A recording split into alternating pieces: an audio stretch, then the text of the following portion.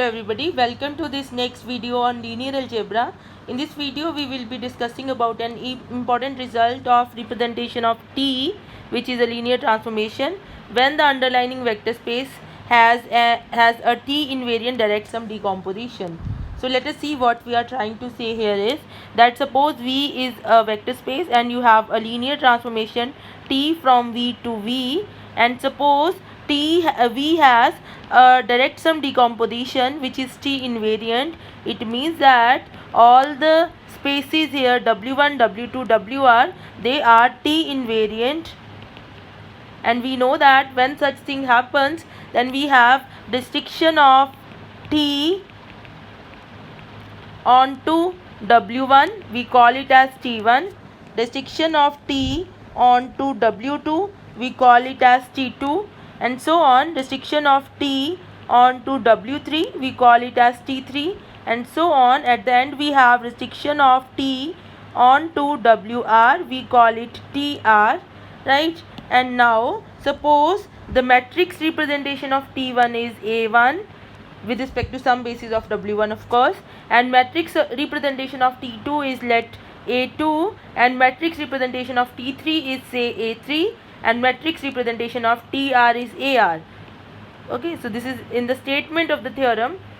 Then matrix representation of T, one of the matrix representation of T is, you just take these matrices A1, A2, AR and put it at the diagonal, you will get a block diagonal matrix. Okay, so let me write down the statement. So this is what is the meaning of the statement, but let me write down formal statement. What we are trying to say here is, statement is, suppose T from V to V is a linear transformation, is linear, and suppose V is the direct sum of T invariant subspaces, say W1, W2, WR, W1, W2, WR, if AI is a matrix representation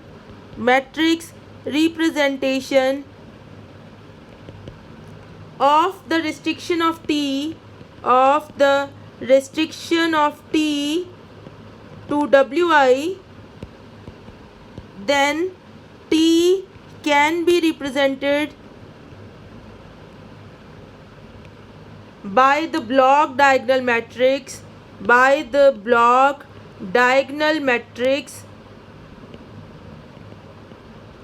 M is equal to diagonal A1, A2, AR. Is that thing clear? Okay, so the usefulness of this theorem is, the moment you know that the space V is having a direct sum decomposition which is T invariant, then it means that that particular T has a block diagonal representation. You see, the whole idea of this course is you are looking for a basis with respect to T has a nice matrix representation.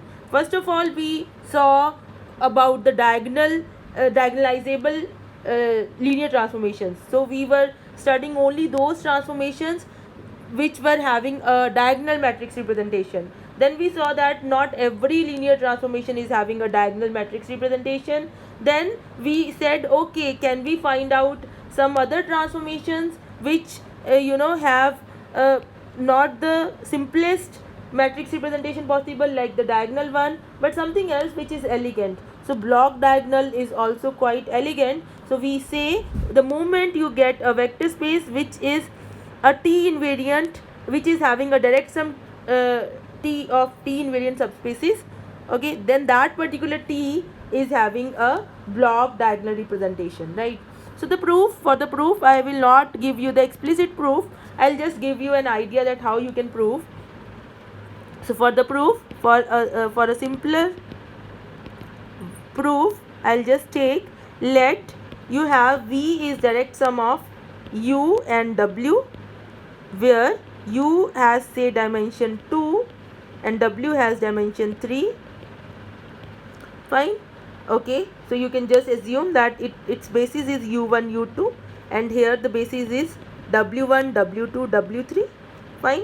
Now what you can see, and suppose the matrix representation of T is from V to V and T1 will be from U to U, which because T1 is restriction of T onto this U and T2 is restriction of T onto W, so it will be from W to W. So let the matrix representation here is A1, you can assume that it is say A11, A12, A1, 21, 12, sorry, this is 21, A22, right? This is how you write, and suppose A2 is your B11, B12, B13, B21, B22, B23, B31, B32, B33, right? Now you tell me what is the meaning of this as a matrix representation. It means that T of U1 will be first column into U1 U2. So this is A11 U1 plus A21 U2 and T of U2 will be the second column A12 U1 plus A22 U2. So before you attempt these videos, you should have all the concept of matrix representation and everything should be very clear.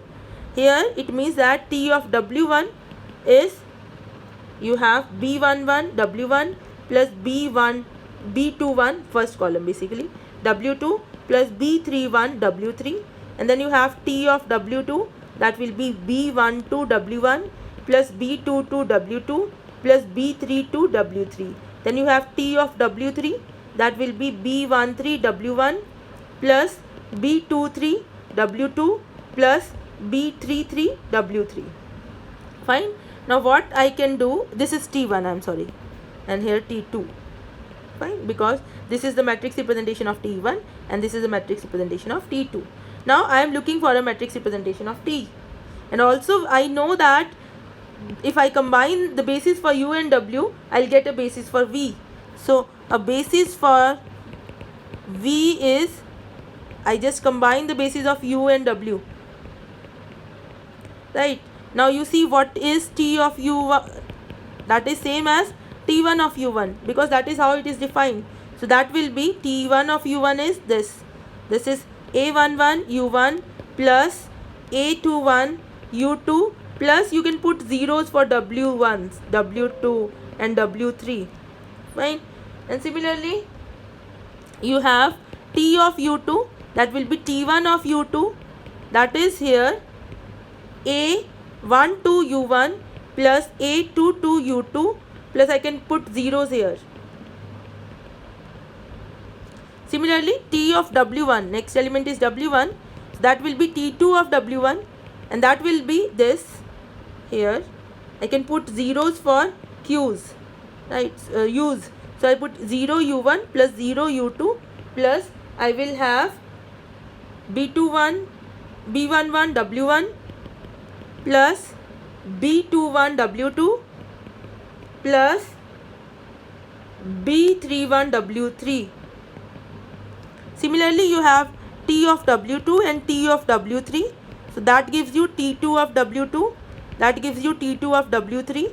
That will be 0 U1 plus 0 U2 plus B here 1 2 W1 plus B22 W2 plus B32 W3, and then this one here 0 U1 plus 0 U2 plus B13 W1 plus B23 W2 plus B33 W3. Now from these you construct the matrix. So matrix representation of T will be, this is your first column, so that is A11 A21 0 0 0. This is your second column, that is A12 A22 0 0 0. This is your third column, so that will be 0 0 B11 B21 B31, and similarly you will get 0 0 B12 B13 B22 B23 B32 B33 and 0 here. So what is this? This is A1, this is A2. So this is A1 A2. So this is the block representation, diagonal representation of T, right? So this is the idea. So you can actually implement it here. We know that R cube is xy plane plus y axis, and if T from R cube to R cube is defined as T of x, y, z, that rotation thing, that is, I told you, that is x cos theta minus y sin theta, comma x sin theta plus y cos theta, comma 0. This is your transformation. We know that both these spaces are invariant under this transformation. Now you take one basis of this. This will be 1 0 0 0 1 0 because we are in R3, and here you take another basis 0 0 1. So you have a basis for xy plane and you have a basis for y axis, and with respect to this basis you will have a matrix for this transformation, and with respect to this basis you have a matrix for this transformation, the same transformation, restriction. Then you can combine those two matrices to get your final matrix representation of T, and that obviously is a block diagonal representation, right? So we'll be doing more examples on this, on the basis of this theorem. This is quite important, right? Thank you for watching. Please share with this video and do subscribe to this channel. Thank you.